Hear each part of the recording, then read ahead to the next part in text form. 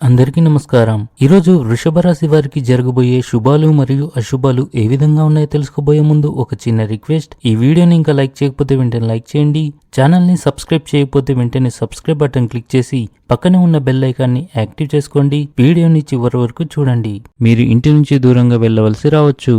క్రీడలతో సంబంధం ఉన్న కార్యకలాపాలు మీ దైనందిక జీవితాన్ని ఉత్తేజాన్ని కలిగించగలవు. అవి మీ ఉత్సాహాన్ని పెంచుతాయి. మీరు ఏదైనా పనిని చేసే బాధ్యతలను తీసుకున్నట్లయితే దాన్ని పూర్తి చేయడంలో కొంత జాప్యం జరగవచ్చు.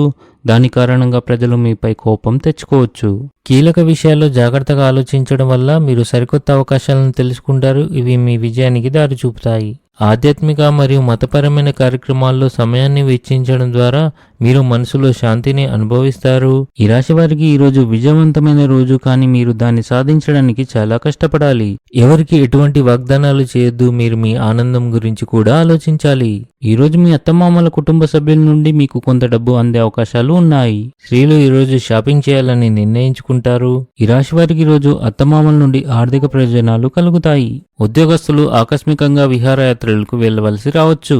మీరు కుటుంబ సభ్యులతో కలిసి కొన్ని వినోద కార్యక్రమాల్లో గడుపుతారు. కొత్త ఉద్యోగం కోసం అన్వేషణ పూర్తి కావచ్చు.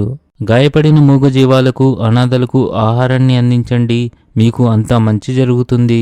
ఆఫీసులో సహోద్యోగులతో సంబంధాలను బలోపేతం చేసేందుకు సంభాషణలు అవసరం.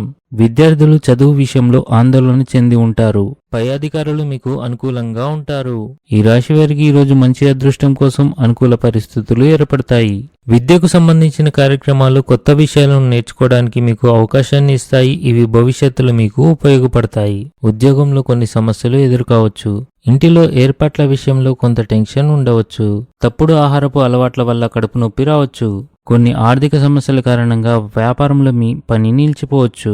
ఈరోజు అదృష్ట సంఖ్య వచ్చేసి 4. ఈరోజు అదృష్ట రంగు వచ్చేసి గులాబీ రంగు.